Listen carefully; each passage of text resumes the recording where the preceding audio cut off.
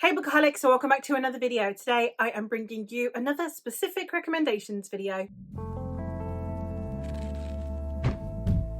In my specific recommendations videos, I go through some recommendations that are basically only linked by vibes. They are not necessarily thematically overlapping. I have a different series for that. They are not necessarily all standalones. I have been doing reviews for those. It is just these books all have a similar-ish vibe. I have done several of these on the channel. They are linked in the playlist down below. But without further ado, let's get into the books themselves. Today's theme is going to be unsettling books. Now, these are speculative fiction books. They're not necessarily body horror. They're not necessarily the stuff that is going to make you want to throw up. It's more the type that might give you nightmares just because of the level of discomfort that they create. And I don't mean necessarily either discomfort in the sense of it having any problematic content either, although I will mention that a lot of these do have content warnings, and please do go check them because they are unsettling books for a reason. Now let's get into the books. The first one that I have is Sorrowland by Rivers Solomon. This is the story of Vern,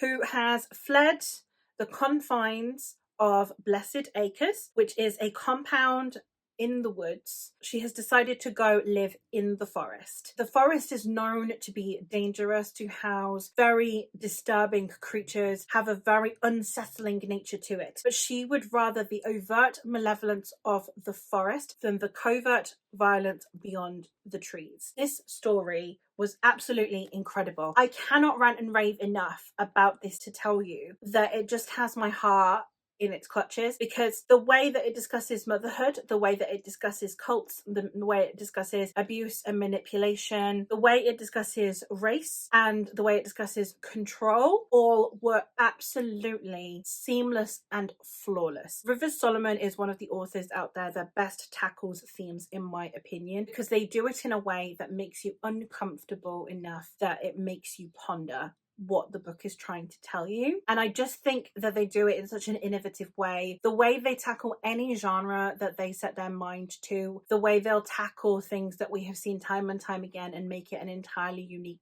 thing, from mermaids through to deep forest unknown creatures, just tackled in such a beautiful way. So many lines in here that are a conversation in and of themselves, and it's just a sentence in this book, meant that I know for certain that Rivers Solomon is one of the authors I most admire. One that I read digitally is Fault by Lumen Reese. This is one that also tackles its themes really well. It is a horror slash romance, I suppose, and in it we are following a mother, and while she was away on a business trip, tragedy befell her family in California. California actually got inundated and taken over by this deep sea monster who, as I said, flooded California. Her children were amongst them, and therefore she has survivor's guilt, obviously also grief and the mourning the loss of her children. So she returns to California with every intention of going and retrieving her daughter's bodies. The only crew that are willing to do so are the ones that she hires so that she might go out into the ocean with this now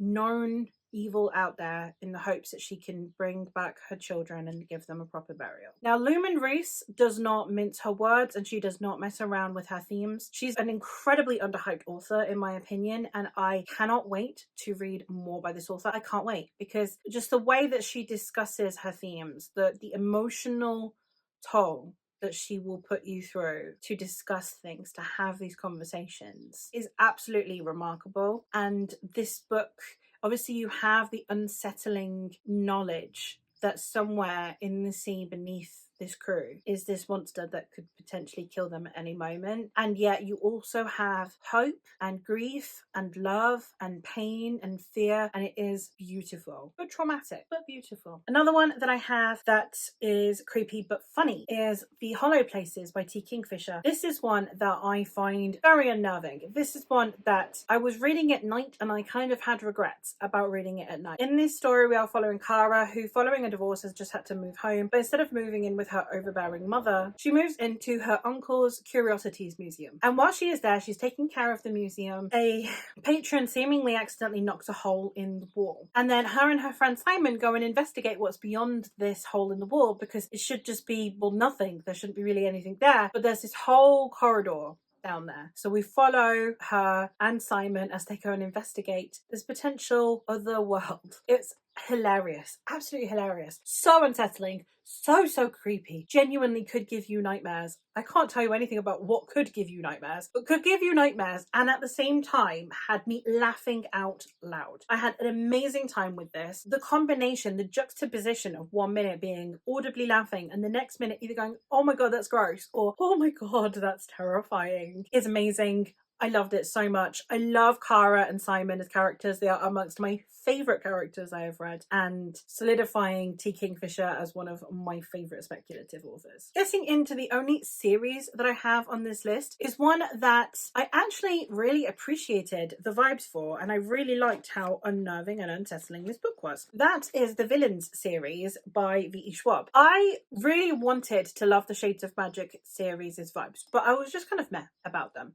The vibes on this one, top tier. There were times where it was literally scary. You have a character in here who can touch people and raise the dead. You have characters in here who are literally out to murder each other, so you're constantly looking over your shoulder. A character who can ease your pain, and yeah, just so many different characters going on, and the fear that you feel at certain points in this series. I really can't underestimate V.E. Schwab's writing anymore. And it's actually made me want to read more V.E. Schwab, because I thought I was going to stop at Shades of Magic. This is the story of Victor and Eli, who at college, when they were in college, they were trying to experiment on how to become extraordinaries. And basically in this world, you have people who have superhero-like abilities. And they discover that the way you develop superhero abilities is if you die and then are revived. But as events unfold, they end up betraying one another, and one ends in prison and the other is now a very acclaimed figure with law enforcement. So when the one who had been in prison breaks out, he is now set upon murdering his ex-best friend.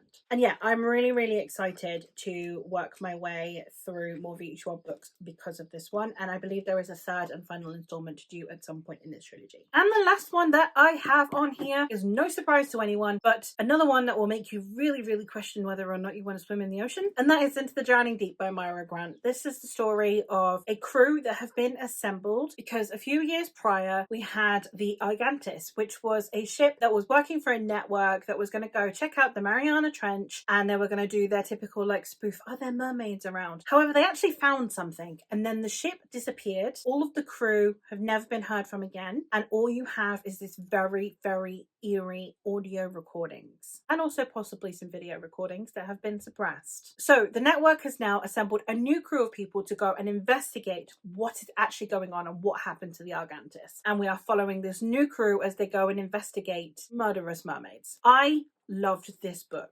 so much. It was so creepy and definitely makes you question whether you want to go in the sea. Definitely does not make you think the same way about like Ariel anymore. So unnerving. I love Myra Grant's writing. She's one of my favorite authors out there, and the way that she roots so much of her fiction in science, top tier. Love it. And there you have it. Those are 5 books or series that I would recommend if you're looking for something to unsettle you, to make you feel slightly uncomfortable, if not very uncomfortable. And that is all for me for today. So let me know what is one of the books that you found. There's not horror, not outright, just absolutely terrifying, but one of those books that made you feel deeply uncomfortable. Let me know in the comments down below. But that's all for me for today. So thank you ever so much for watching, and I'll hopefully catch you in another one soon. Bye!